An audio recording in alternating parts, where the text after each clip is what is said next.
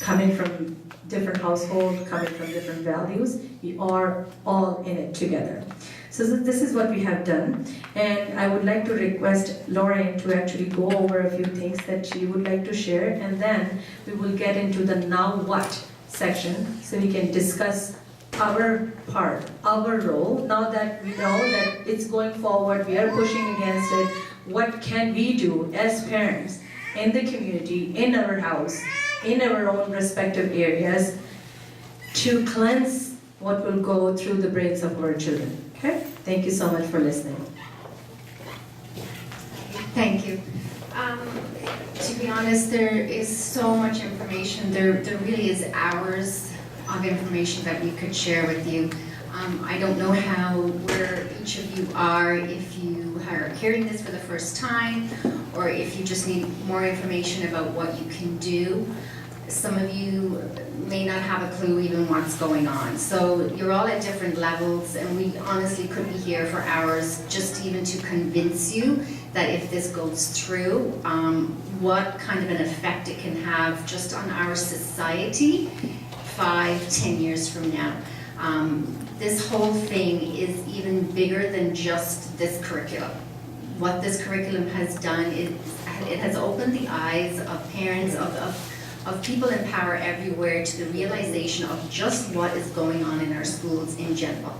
Parents are waking up to what is being taught in the schools already. A lot of what we're talking about, what Farina said about the different policies that were introduced at different stages, they have been using these policies to introduce things to your children that you don't even know about. Things that are in their library books, things that come into the school through their community partners, assemblies that your children go to that you're probably not aware of. What this should do, whether you fully understand the curriculum or not, what it really should do is wake parents up to just what's going on in your school in general, and to not be afraid to speak up. What you see here today is a drop in the bucket of the parents that have been woken up in different areas around the province. We are just a small group, but I was one mom here in Milton. Farina, Liliane also in Milton, she's been working with us too. And one by one, we found each other through word of mouth, and we realized there were hundreds of us, there were thousands of us, now there's hundreds and thousands of us. And individually, we felt helpless to do anything.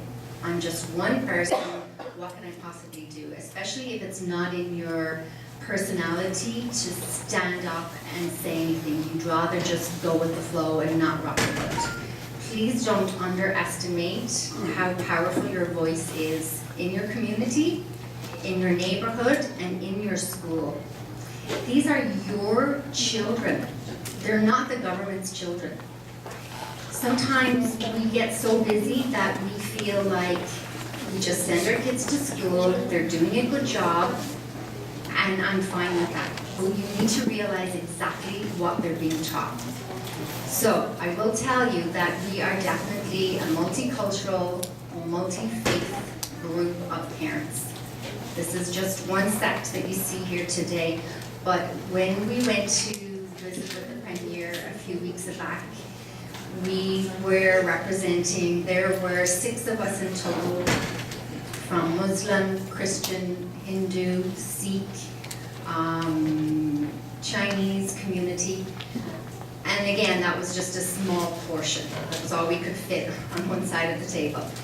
So what we were there for was to just be a voice to say, parents are angry and they want this curriculum stopped. What she wanted to do is she wanted to negotiate. She wanted to hear what the problems were, and she wanted to negotiate them. Because let me tell you, your one voice is causing her a lot of pressure right now. She is having major headaches and is under a lot of pressure for what your one voices together have done for her. She wanted to get out of that meeting with an answer to the media and to her federal friends that she had sorted this issue out. And we said, we are not here to sort it out, we are here to just bring you a message. So we gave her a statement. We read the statement to her, she was quite shocked. We thought we would be in and out in 5 minutes. We were there for 1.5 hours. After 1 hour, she apologized that she had to leave and go to question period, but the rest of her staff stayed there and tried to win us over. And we kept saying no. We are here because all of you people did not have a say in what your children were going to be taught when it comes to sex ed. We're not talking about math, we're not talking about scientific fact or even medical fact. If the curriculum, according to the sex education, were just medical fact, that's one thing. Your reproductive system is your reproductive system, and if you are a human being, if you are male, if you are female, it's pretty much the same. That's medical fact. What they are trying to teach to your children is not medical fact. So we have a problem with that. You were not consulted as to whether you would consent to this kind of information. So when we get down to specifics, we may all disagree slightly on what we think should be in or should not, and perhaps as a multicultural society, we won't all be 100% happy with what goes forward. But if we are 0% happy right now, I think if we all get to maybe 80%, we're doing pretty good, and we think we can get there. So the bottom line is you were not consulted. And as one of our attendees said to the Premier, at school, every single parent has to sign a consent form for your child to receive a slice of pizza.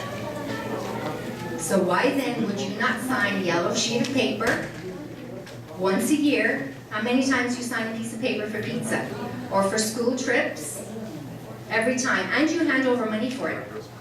So why would you not sign one sheet of paper once a year to say, here's the content in our sex ed curriculum. Do you want your child to be in this class or not? We feel that's fair. So we told them this. We also asked them, why will you not remove the curriculum? We had a lawyer with us, and she was very bold, as she could be, and she was awesome. And she basically sat back in her chair and she said to her, I'm going to ask you a political question. Why will you not pull back this curriculum? Would you not like to ask her that if she were here? She said, is it to save face? And they said, of course it's to save face. I said, is it on principle? And they said, well, of course it's on principle. We've been trying to push this through for 5 years. And that was the sentence they used. And our lawyer said, I don't care if it took you 10 years to push this through. If it's wrong after 5 years, it would be still wrong after 10 years. You still did not consult parents on something that is morally, culturally, and religiously based.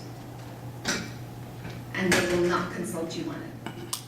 So that is the bottom line. That is why we are now a group of we've got over 50 on this email list, and each of those emails represents leaders of communities, religious leaders, cultural leaders, activists, that honestly, I would like to check the history books and find out where in the world, in history, have so many people of so many different faiths and cultures come together and all agreed on one thing.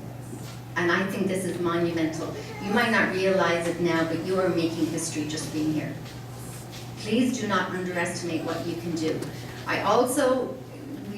We've all dealt with different things. So one thing I will tell you, number one, and Lillian can confirm this too, being in an education background, do not underestimate the power you have in your school. Do not be afraid of your principal. I'm sorry if there's any principals here. Do not be afraid of your principal. I know for one, I try to get along with everyone at school, and so we should. I'm not suggesting anybody go in and be angry. Form a relationship with your school, with your teachers, with your principal. Do not be afraid of them. Work with them. Nicely express to them your concerns. Do not be angry, because we know anger is not going to get us anywhere. The other thing too is, as Farina has said about meeting with your MPPs, trustees right now are a huge one, especially before the summer hits. I would suggest all of you, if you're all from Milton, find out, I don't know if we have that immediate information of who the local Milton trustee is for both public board and if you are in the Catholic board as well.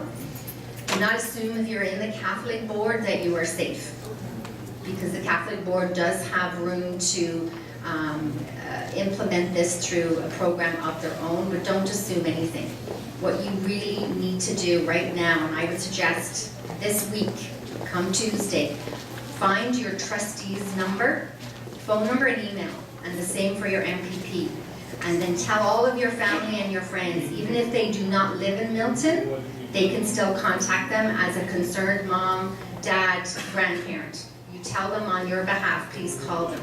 And you tell them how against you are. Please be informed. Don't just give random viewpoints. Be specific. If you have one particular part of the curriculum that really bothers you, give them that as an example and give that in your email. There are many, and we can give you some information afterwards too, there are many websites that have some stock letters that you can just pull from, put your own information there and use that to send to your trustee and to your MPP.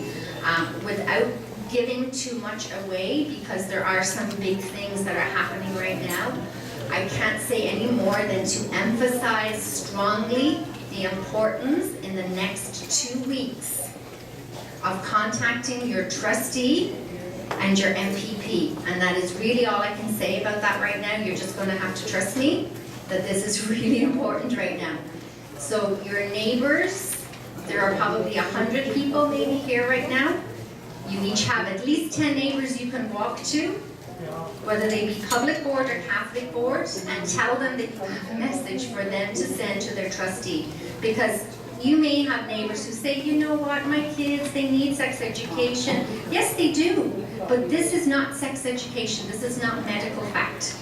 If we pick some of the issues, there are many, and let's just bring the elephant into the room for 1 minute and talk about gender identity, because that's the one that the Premier wanted to bring up.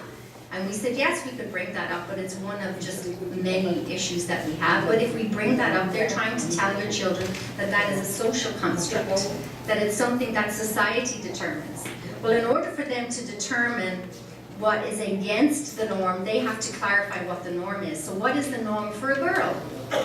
What is the norm? Is it the pink, frilly, diva type, sparkly girl? Is that what defines a girl? 1,000 years ago, that did not define a girl.